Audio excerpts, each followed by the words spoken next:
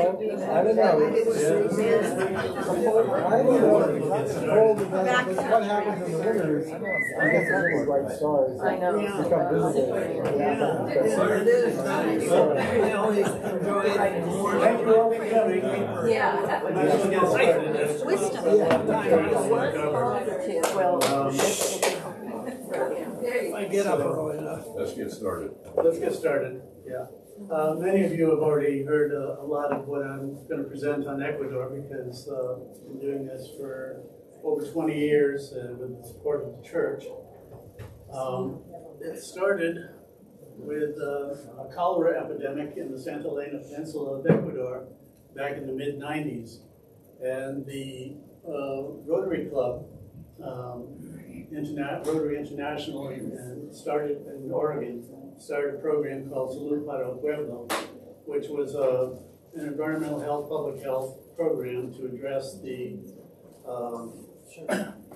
unsanitary conditions and unsafe drinking water, which led to the cholera epidemic, which the epicenter was the poor villages that people would go and work in the resorts, and food handling transmitted the disease. So in 2001, with the assistance of the Environmental Health Association of California, I attended a conference in Ayangé.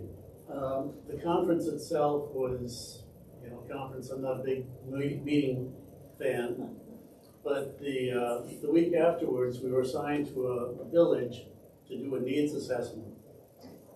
And this is the map of Ecuador. I typically work in the area between La Libertad and Manta, which is the Santa Elena Peninsula, which is applying to Guayaquil, which is the largest city, and the port city, and industrial center, commercial center, and I try not to spend a lot of time in Guayaquil, but get out into the country where it's much more tranquilo.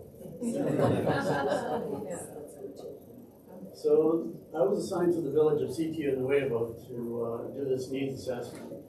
And this is the village. And starting from the left, you can see the big white building is the church. And then after the green field is the school. And at the far right is the water tank that the church provided funding for, and the community itself constructed this. But it was, like I said, when I first went to Sitio Nuevo for a week, I was assigned, I was hosted by the Linus family in Sitio Nuevo. And this is the family, Pablo and Leticia and their family. And you notice at the time she was 14 years old, the girl on the left, which is Mariana, and next to her grandmother and the other kids, Sandy, Tanya, Pablo Cesar, and Gilmar, which is in Leticia's arms. So I spent a week with them, and we did the needs assessment. And it was obvious what they needed. This was their source of drinking water. The kids would go down and they'd dig a hole next to the creek bed and fill up their buckets and take them home.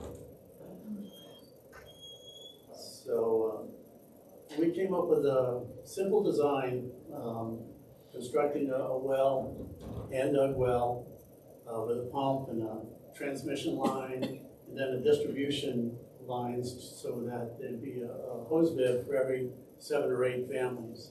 At first it would be pumped to this water tank at the highest elevation, and then it would be gravity fed from there. And as you can see, it was construction funded by the Presbyterian Church of the United States.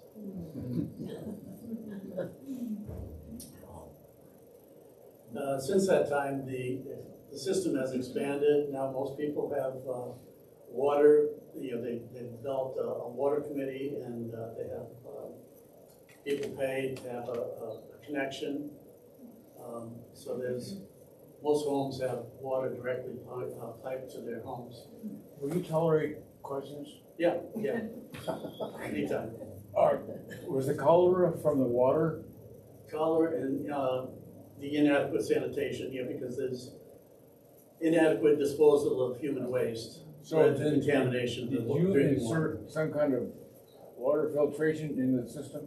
No, well, I can get into that a little bit. Okay. Most of it is just improving the water system, getting it a well constructed rather than just a hole in the ground next to a creek.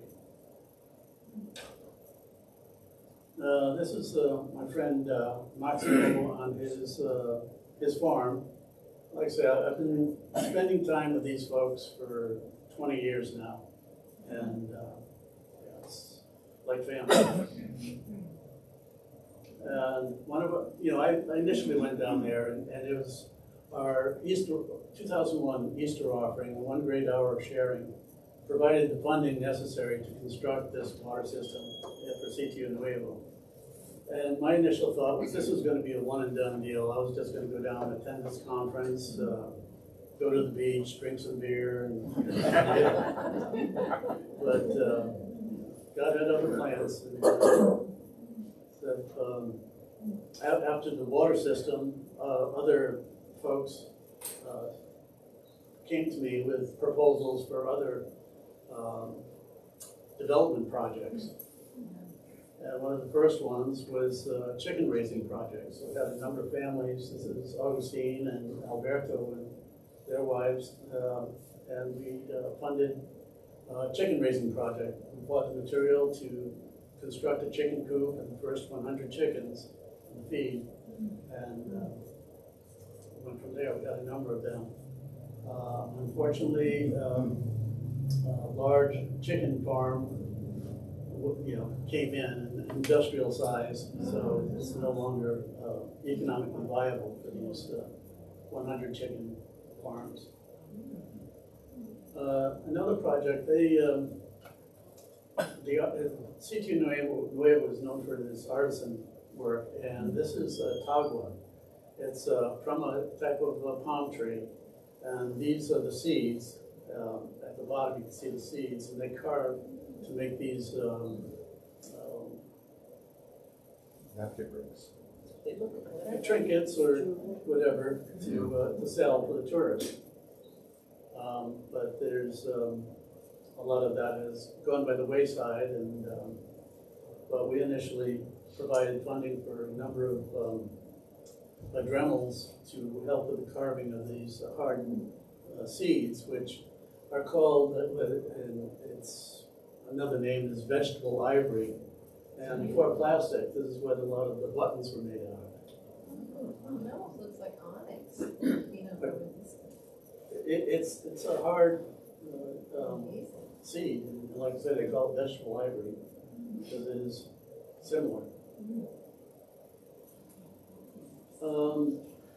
This is me in front of the Linus house. My room is the one on the top left, and you notice the windows do not have glass. You sleep under a mosquito net, and it's just cold water, but I love it.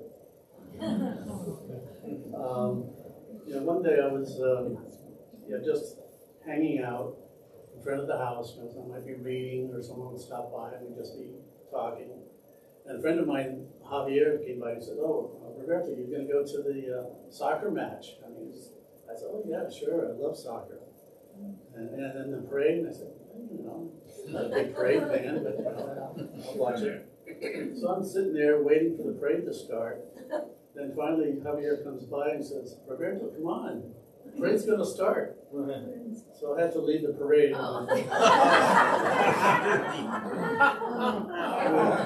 With the beauty queen and the soccer officials and the town leaders. Yeah, lead the teams up to the soccer pitch. Nice quotes. And this is the soccer pitch and the winning team. And as you can see, it's it's not grass, it's just hard-packed earth. And they have their soccer games. And I've seen one time I was watching, and all of a sudden, a dog starts chasing a cow, and all the women and children scatter, and the dog chases the cow right onto the soccer pitch. Bob, how many people live in Sitio Nuevo? It's about, when I first went there, it was about 500, it's probably about 1,000 now. Bob, one of the things we did was donate some soccer balls. It seems Pardon? one of the things that we did early on was donate a couple of soccer balls. Yeah. Because they didn't We've have. made a lot of donations over the years, for the sports team, soccer balls, well, we made so many donations, but some of that is, like I mentioned, the chicken raising project, did a pig raising project, and I'll get into some of the other, the water systems. Another village that I went to was called El Torrecito, and Little Taurus. And this was a village up quite far north. And it took 2 buses and a taxi, which is just a car, which charges $1, and then we had to walk. And in this village, the creek and the source of water was down at the bottom. They lived at, the community was at the top of the hill. So this is where the women would come to wash their clothes and also to bathe. And this was their source of water. Again, just a whole little creek bed. And as I said, this was, the source of water was at the bottom of a very, very steep hill. So again, the kids typically would go down and fill up the water to bring it up to the village. And they would go down this hill. And especially like the women, when they'd wash their clothes, they had to come up this hill carrying all these wet clothes. So it was quite a trek to get down there and back. So we made a donation, initial, a fairly simple well, and pumps to pump it up to lift stations, water tanks, get it up to the top of the hill, and then gravity feeds so that people would have water in their homes. And this is the system as it is now. It's pumped to 2 different lift stations to get to the top, and then that's gravity feed to the homes. It looks like they have electricity as Yeah, well they as do. a battery. They That was one of the things that Ecuador's on the dollar.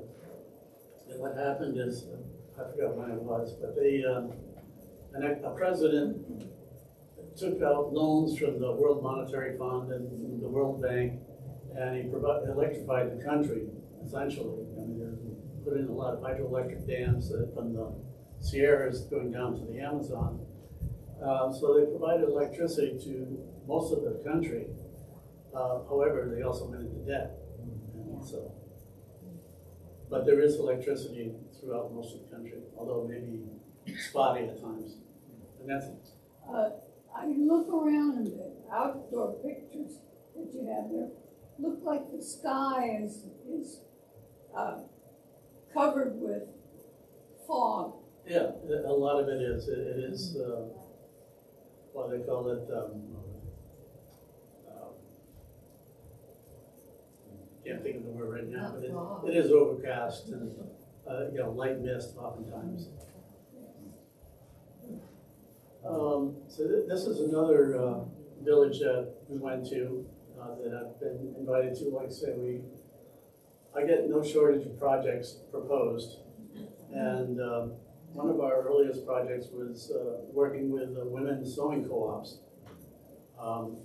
and this one was the women's group in the town of Salanguillo, and Peter and Audrey had been there, and this is the women's group. And we provided funding for 2 sewing machines over the years. Typically, I make, the church is very supportive. I usually request $5,000. And when I go down to Ecuador, I use that $5,000 to provide funding for projects, typically in the $500 to $1,000 range. And I like this letter of appreciation that we got. 2 reasons. One, Mujer Dinámica, a dynamic woman, which I think tells a lot about the women in this village.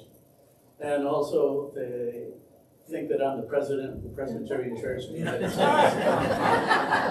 Aren't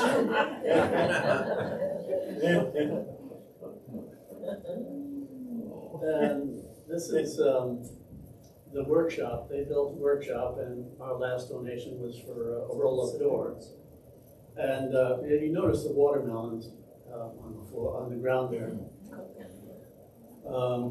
It's always a challenge, and when you go to a village and they want to give you something, in this village it's they grow a lot of watermelons.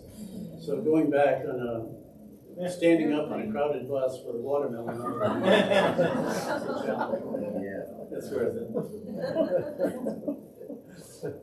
This is one of the sewing machines that we funded. And again, this is the women's group. We have Dinamica. And there's Peter and Audrey came down and did 1 year. Was the selling for them or for them to make things to sell? Both. Both. Okay.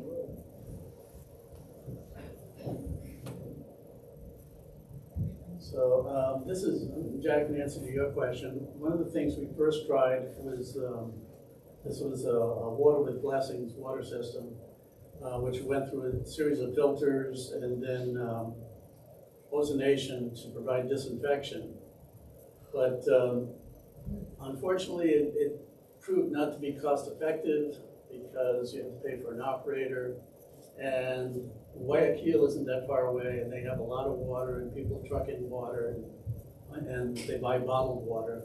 So it was, but they just drink it without filtration. So this system did not work as we had hoped. But this system did. This is water with blessings, and it's basically just a Sawyer water filter, a hollow membrane with perforations of 0.1 microns. The pathogenic bacteria are typically in the size range of 0.3 to 0.5. So it's just gravity feed from the top bucket down to the lower one, and that provides clean water. And the Water with Blessings program is, they would sign a contract with 2 or 3 other families that they would share the water. So we provided a number of these Sawyer water filters for families in Ecuador.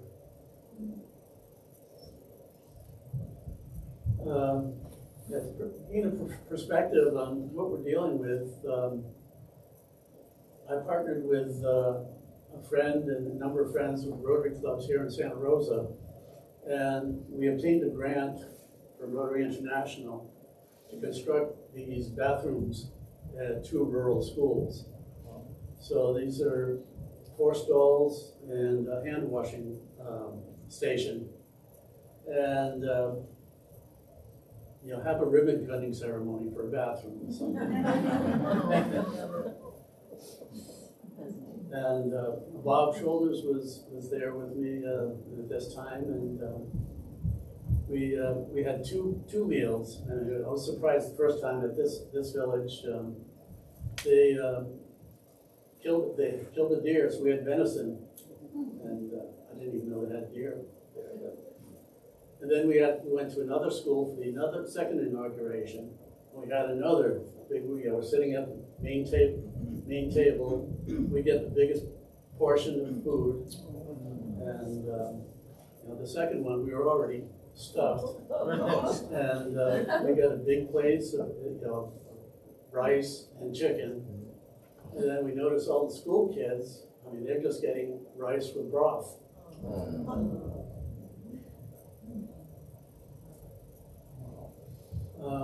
I showed you a picture.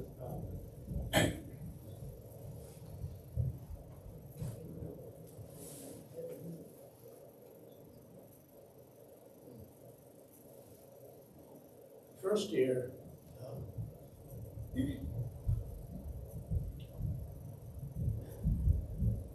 Mariana was 14, and sitting around the table talking. And I have a hard time doing this.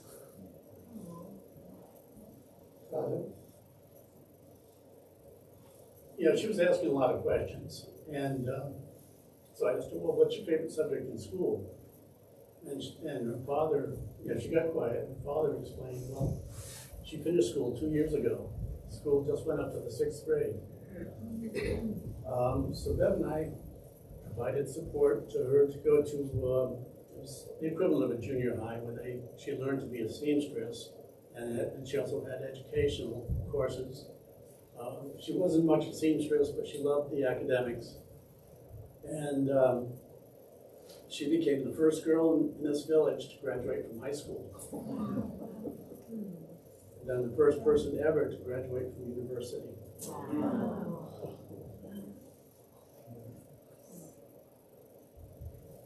So she's my Ecuadorian granddaughter. Yeah. And this is the family.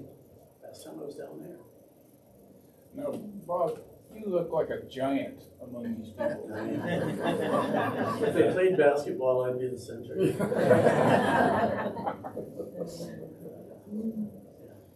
I love maybe that is your spiritual stature.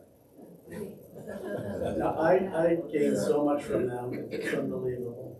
I mean, I feel blessed, that I can provide through you the funding to support these projects, but what I get in return is so much more. I mean, the friendship, the hospitality is just incredible. Is Mariana back in the village? She's married now, and she's teaching, and she's also heavily involved in promoting women's rights, especially violence against women. She's involved in that program. So she's doing great. I just talked to her. I mean, technology. I hate technology. I'm not into it, but it was nice to get a Zoom call and talk to her in person. Just last week. Where does she live? She lives in Sitio Nuevo in the village. But Sitio Nuevo is about 5 miles from the coastal paved road, and then from there you can get by bus to anywhere north or south. So she works in one of the villages on the coastal road. That's a big thing that they would like to, because the road to Sitio Nuevo is dirt, and when it rains, it's often at the same time of their harvest, because they're all farmers. So it makes it difficult, plus, it gets pretty muddy, trying to get back and forth to the paved road to catch a bus. So we're doing on time, okay. So that's Ecuador. I mean, we funded a number of projects over the years. Some of them were during an earthquake. We provided funding to repair a church roof. We've done a number of projects with schools. One of them is actually a septic tank in the concrete, thanks to the Presbyterian Church. It's buried, so no one can see it now. A roof for a school. During the COVID, we provided funding so that they could provide food to some of their more needy people. Last year they had a drought and all the wells ran dry, so they were bringing water trucks in, and people would fill up their buckets. Unfortunately, some of the less affluent people, all they had was their pots and pans from their kitchen, and no place to store the water except their kitchen utensils.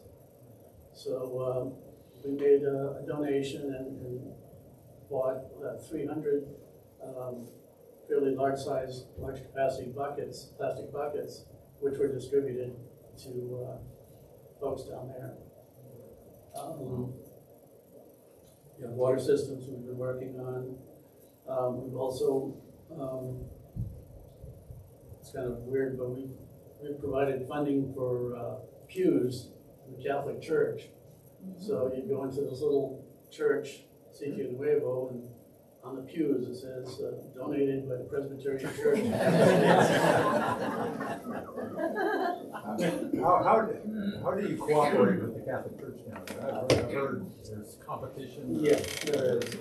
I get along better with the folks who are traditional Catholic Church than some of the evangelicals who are more rabid, and that's yeah. I mean, they have a harder time. You know, there's some bad feelings, more bad feelings for the evangelicals against the Catholic Church and the Catholic Church against the evangelicals. The majority of the people are Catholic. Right. Yeah, they know that I'm Presbyterian, and you know, it's funny when the first time, you know, yeah, how do you spell Presbyterian in Spanish? You know? They always give us plaques or letters of appreciation. But, you know, most of the people I know, although in Corralcito, the town leader is an evangelical. So I work with him as well. Is there a medical clinic in the village? Not in the village itself, a few miles away on the main road.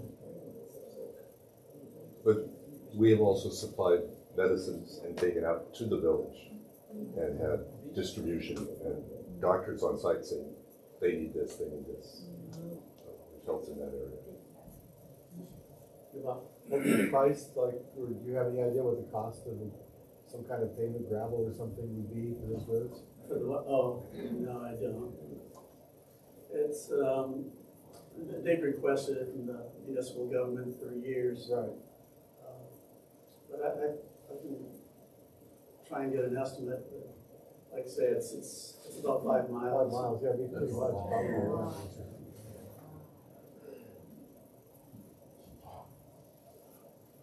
Okay, well, talk about El Paso now, unless there's any more questions on Ecuador. Yeah, well, about 5 years ago, 2019, during the time of family separation and, you know, harsh detention conditions for the detainees, I mean, the people who were requesting asylum, you know, I was upset about it, as many of us were. And I read an article in the Press Democrat about these two women who, ex-Peace Corps volunteers, about the same age as me. They went down to El Paso and worked at Annunciation House. So I've got to do that as well. So I contacted Annunciation House and went down there. Annunciation House was started in the, you know, it's a Catholic charities organization. It started in the 1970s by Ruben Garcia, and he wanted to minister to the undocumented migrants in El Paso. El Paso is 80% Hispanic anyway, and prior, you know, it wasn't a big deal, you know, crossing from one country to the next. But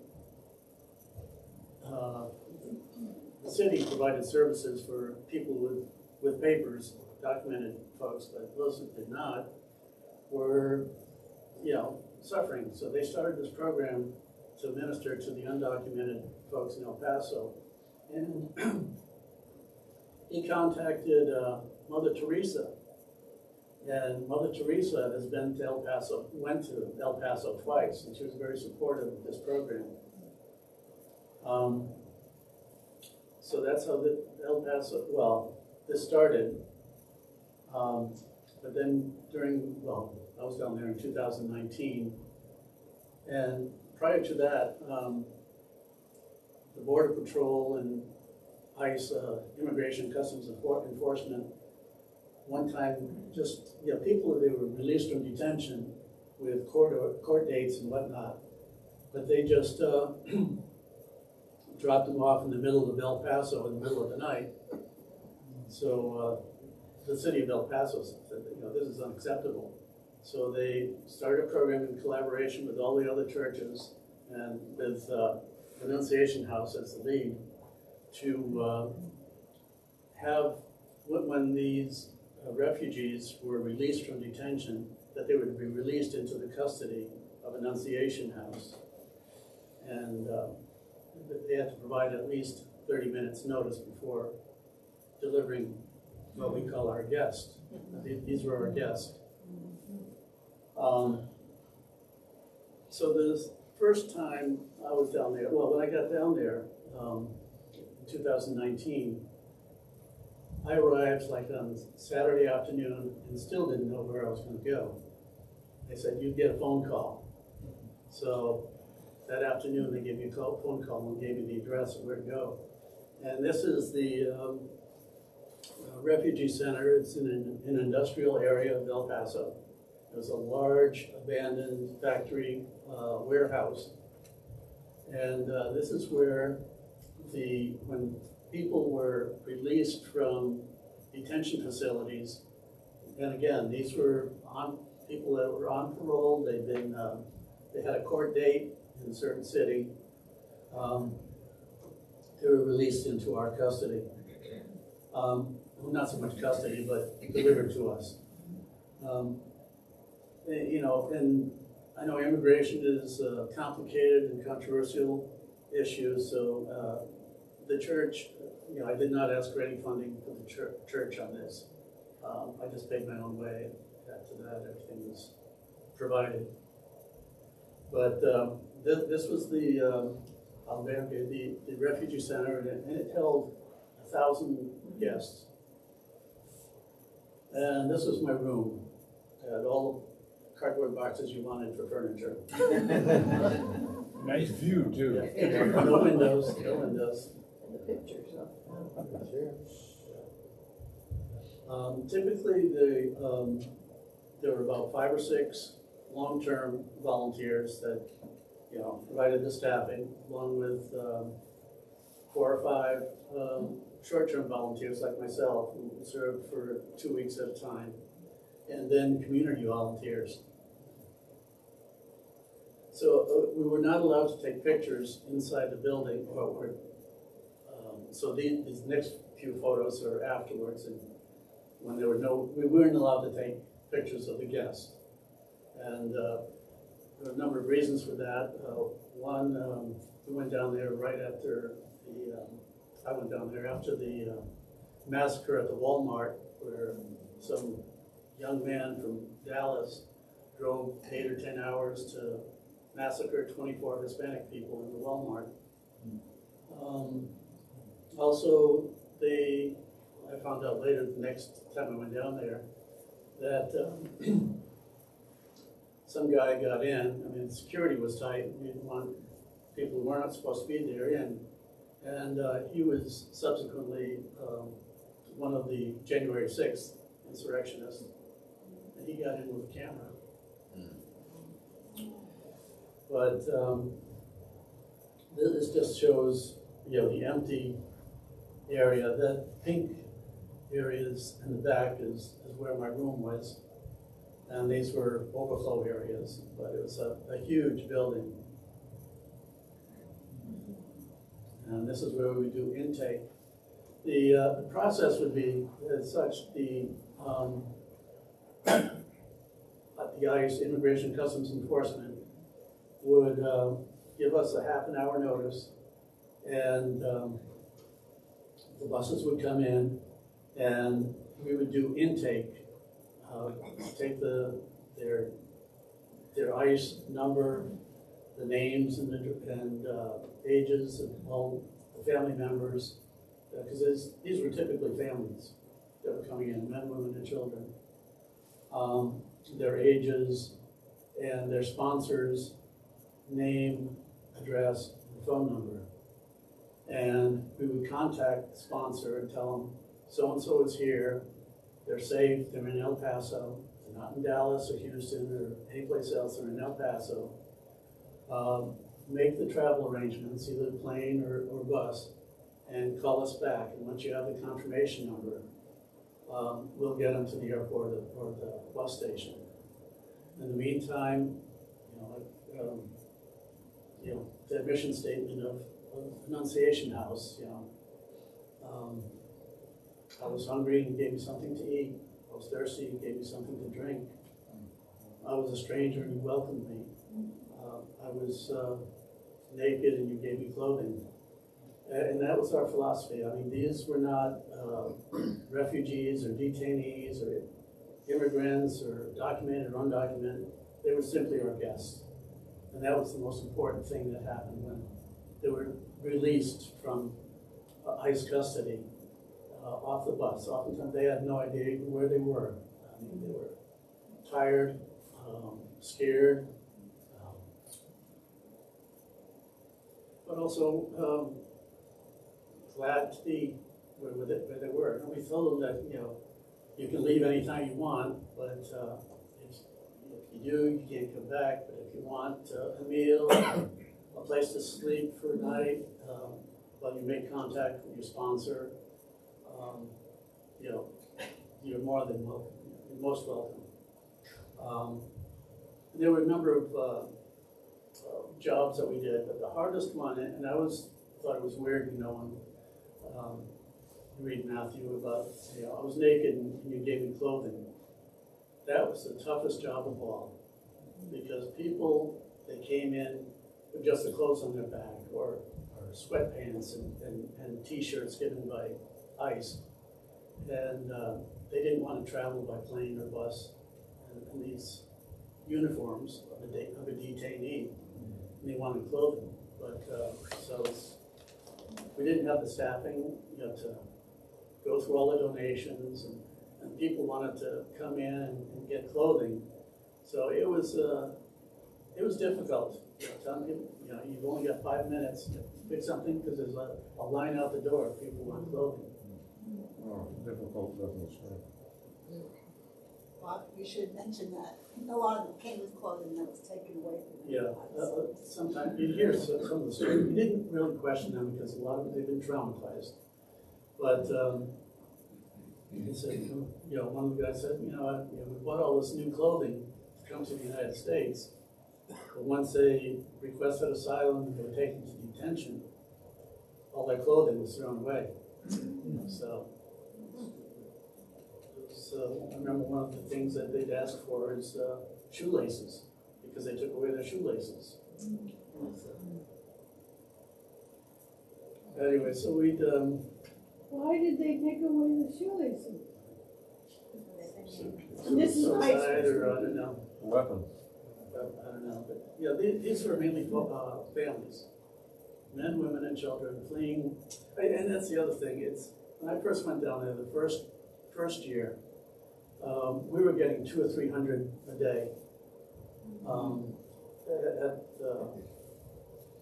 And this has slowed down quite a bit. But the second week, we were getting maybe 50 a day, and at times it'd be a busload of well-to-do Brazilians that, probably hadn't spent a day in Juarez, where you get the other population that I was wanted to serve, the Central Americans who were fleeing violence.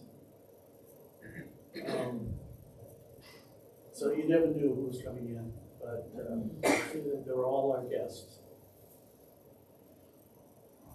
And this is part of the dormitory that would hold about 1,000 people. We'd have sections. Each section would have about 50 cots that would be lined up, and they'd be set up. And well,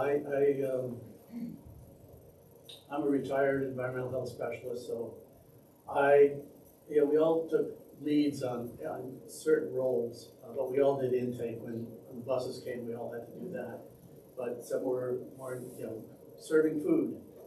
When the first year, all the local churches would come and provide food, but we never knew how many people were coming. So we might have leftovers, and other days we'd be scrambling to feed our guests as they came. Now I see why you're so comfortable in the Gospel Mission Thanksgiving food packing event. Because it looks familiar. Yeah, yeah. So this is one of the jobs. Well, this was the showers. They were cold showers. There were 7 for men, 7 for women. And you can imagine if you've got a couple hundred people wanting to take a shower, you get pretty dirty pretty fast. And one of the long-term volunteers that I'd help out was ex-Navy veteran and oil refinery worker. And you would look at him and you'd think he's a typical redneck. But his mission was to come once a week and clean up the showers. Bob, did you say they were cold showers? Yeah. Well, you didn't want to linger in them, that's No. for sure. And these are the bathrooms, porta potties. We would have 2 porta potties inside the building that which we lock up and then unlock at night. But the facility would be locked down. And this is in the office. The city would provide, for the most part, transportation. So some people are leaving at 8 o'clock or 10 o'clock or noon. We'd have the ability to get them to where they're going, either the bus station or the airport. One of the things my first year, I got there and the infrastructure of this building was really sketchy, including the plumbing. So I'm here with, one of the first things I noticed is the sewage was overflowing from the cleanouts over the parking lot to where the people were delivering food. So I convinced them to contact Roto-Rooter, and we clean out the drains and went from there. There were a couple of bathrooms inside the building for the office staff. The other thing I enjoyed doing was collecting garbage, so I could get outside and dump it. Most of the time I spent all day in that building. We all did.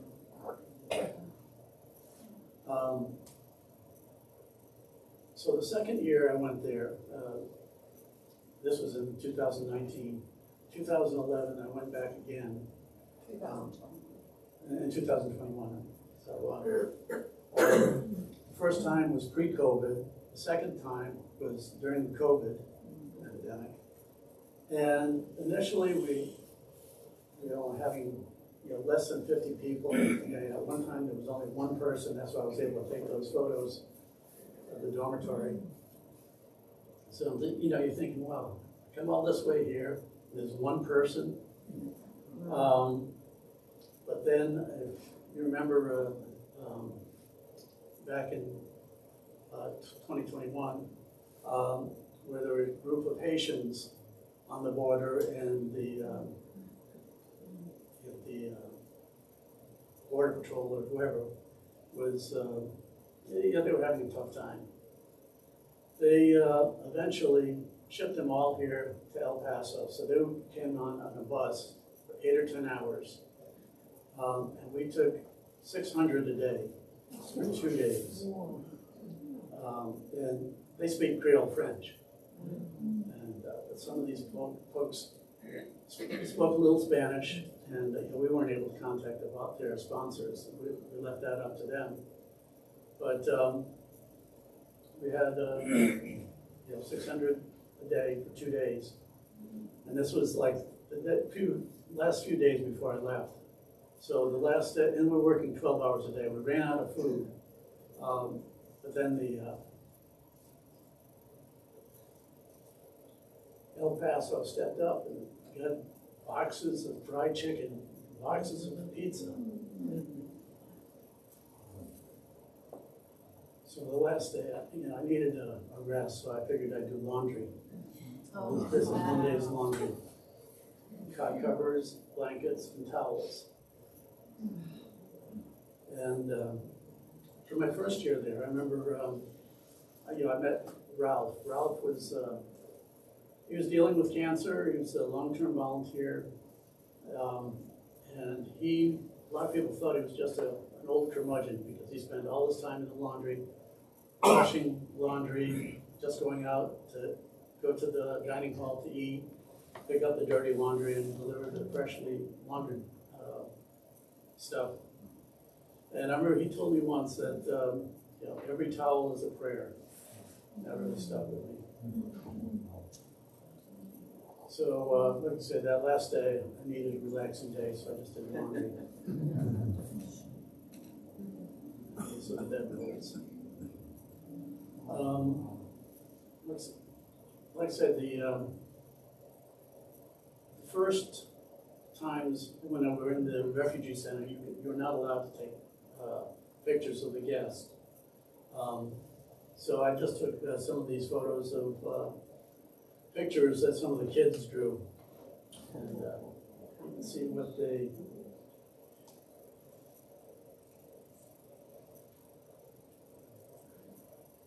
Dinosaurs, dogs, bicycles, Jesus, God, what's bears, what's outside of rats, Cockroaches. red, blood, and sadness. And this was another one that one of the kids drew.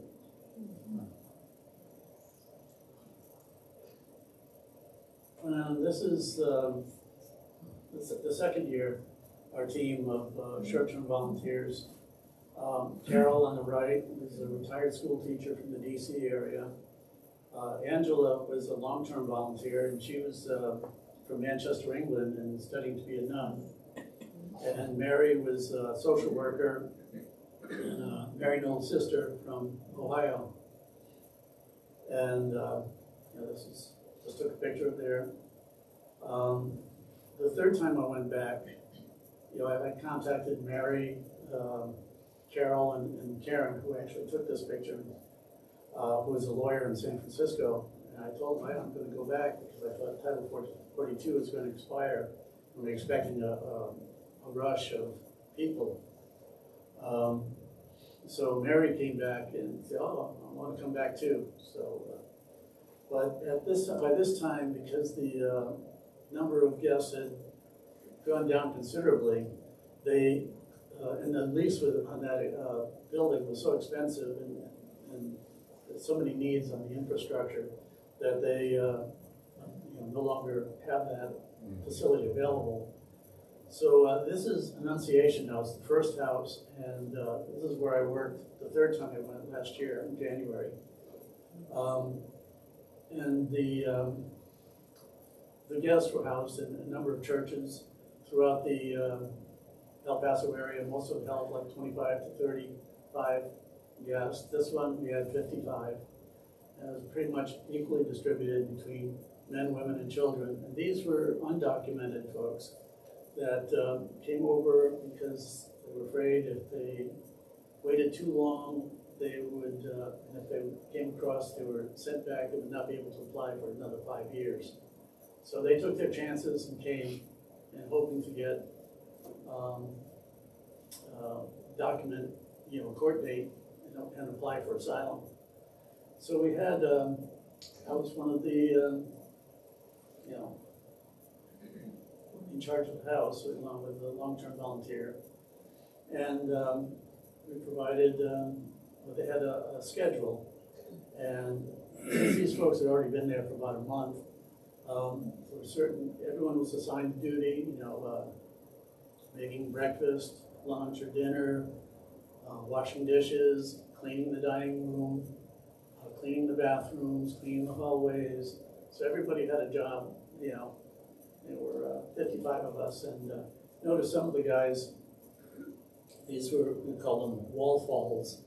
They fell off the walls and the border wall and broke their legs. So these were humanitarian exceptions. And one of the duties that was always a little stressful, you had to make sure that they got their medicines on time 3 or 4 times a day.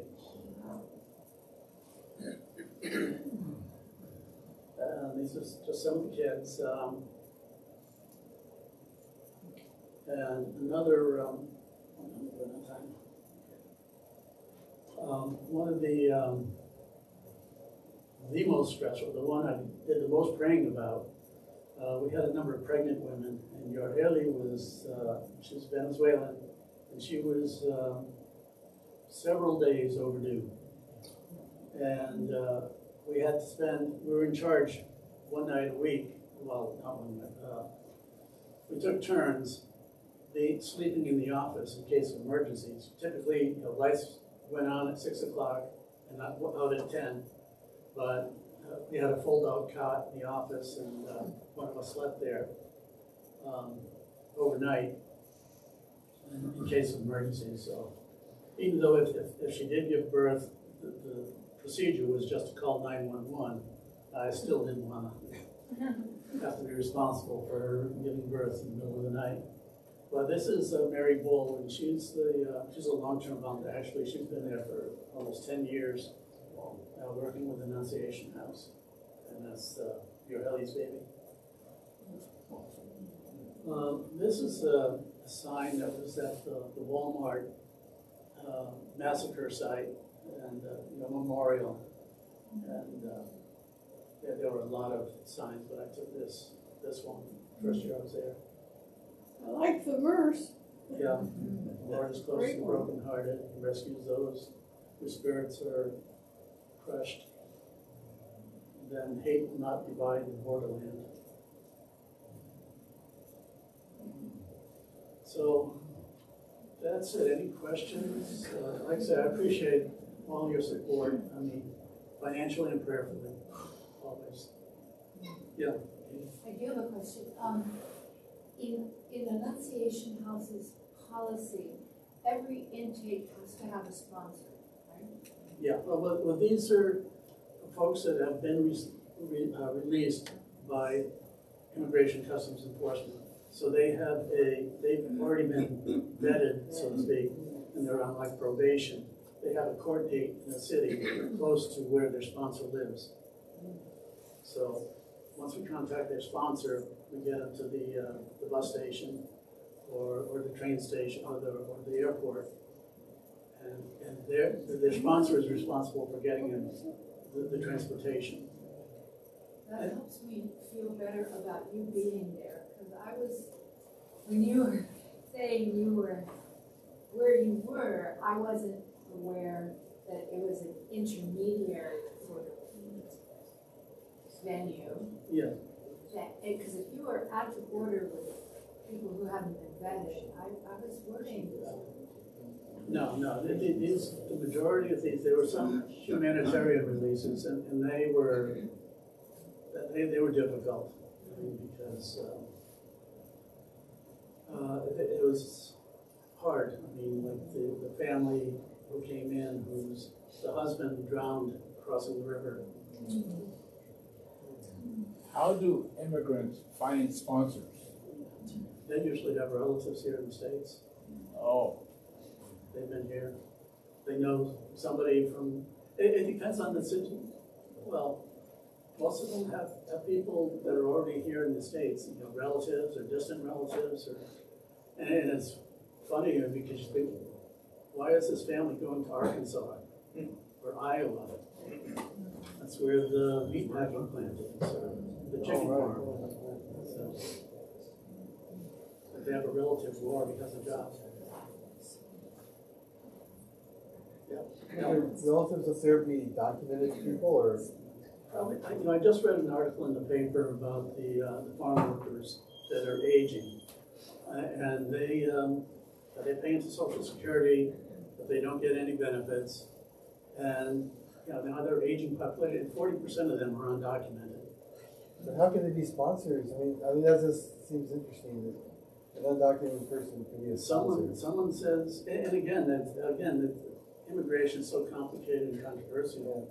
I mean, there's so many, there's a backlog for processing these in the court systems, and a lot of these are going to be denied. Yeah. So who pays the way for them if they have to take a bus or something to get They're to sponsored. Iowa? They're Okay. sponsored. They would call us, we'd give them a phone number, and the sponsor, we contact the sponsor, and say, call this number with the code for the transportation, whether it's plane or bus.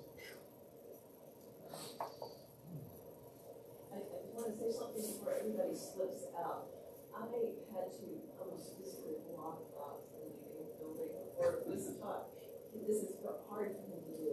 So I'm so grateful. Yeah.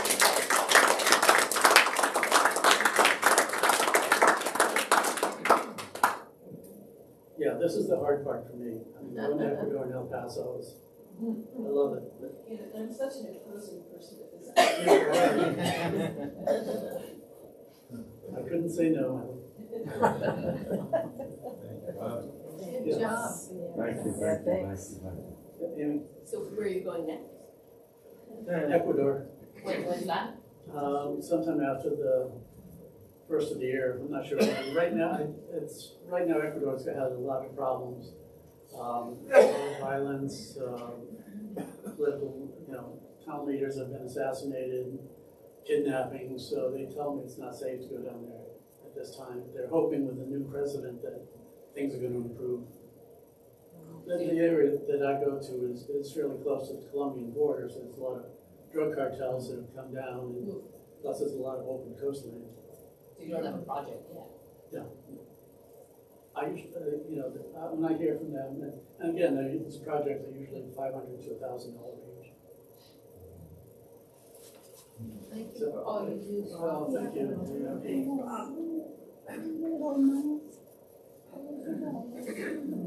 Wow.